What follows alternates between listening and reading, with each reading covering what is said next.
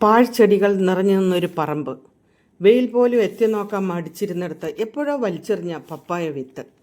ആരും ശ്രദ്ധിക്കപ്പെടാത്തൊരിടത്ത് വെള്ളവും വളവും കിട്ടാതെ വളർച്ച മുരടിച്ച ഒരു ചെടിയായി വളരുന്നുണ്ടായിരുന്നു.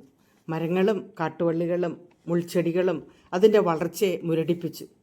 ജീവവായുവും വെള്ളവും കിട്ടാതെ ജീവൻ പോലും നഷ്ടപ്പെടുമെന്ന് തോന്നിയ ദിനങ്ങൾ. ഒരു ദിവസം ഞാനതിൻ്റെ അടുത്തൂടെ പോയപ്പോൾ ദയനീയമായി അതെന്നോട് എന്തോ പറയുന്ന പോലെ തോന്നി.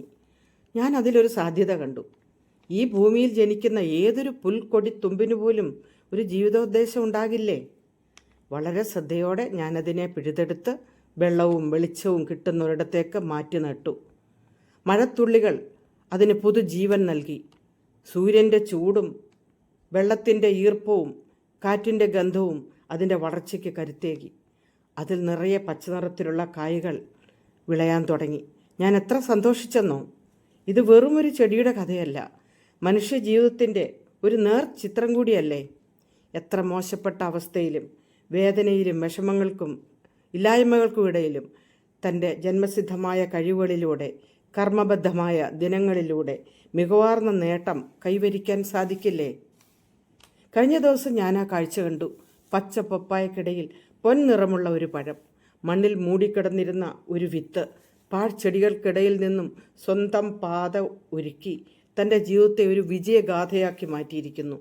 സത്യത്തിൽ ഇതെൻ്റെ സ്നേഹത്തിൻ്റെയും ക്ഷമയുടെയും കഥ കൂടിയല്ലേ?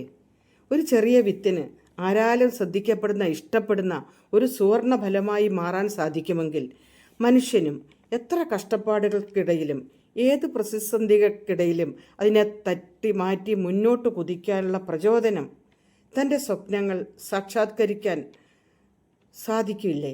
തീർച്ചയായും സാധിക്കും. നിങ്ങൾക്ക് എൻ്റെ വീഡിയോ ഇഷ്ടമായെന്ന് വിചാരിക്കുന്നു. അത് ലൈക്ക് ചെയ്യുക, ഷെയർ ചെയ്യുക, സബ്സ്ക്രൈബ് ചെയ്യുക.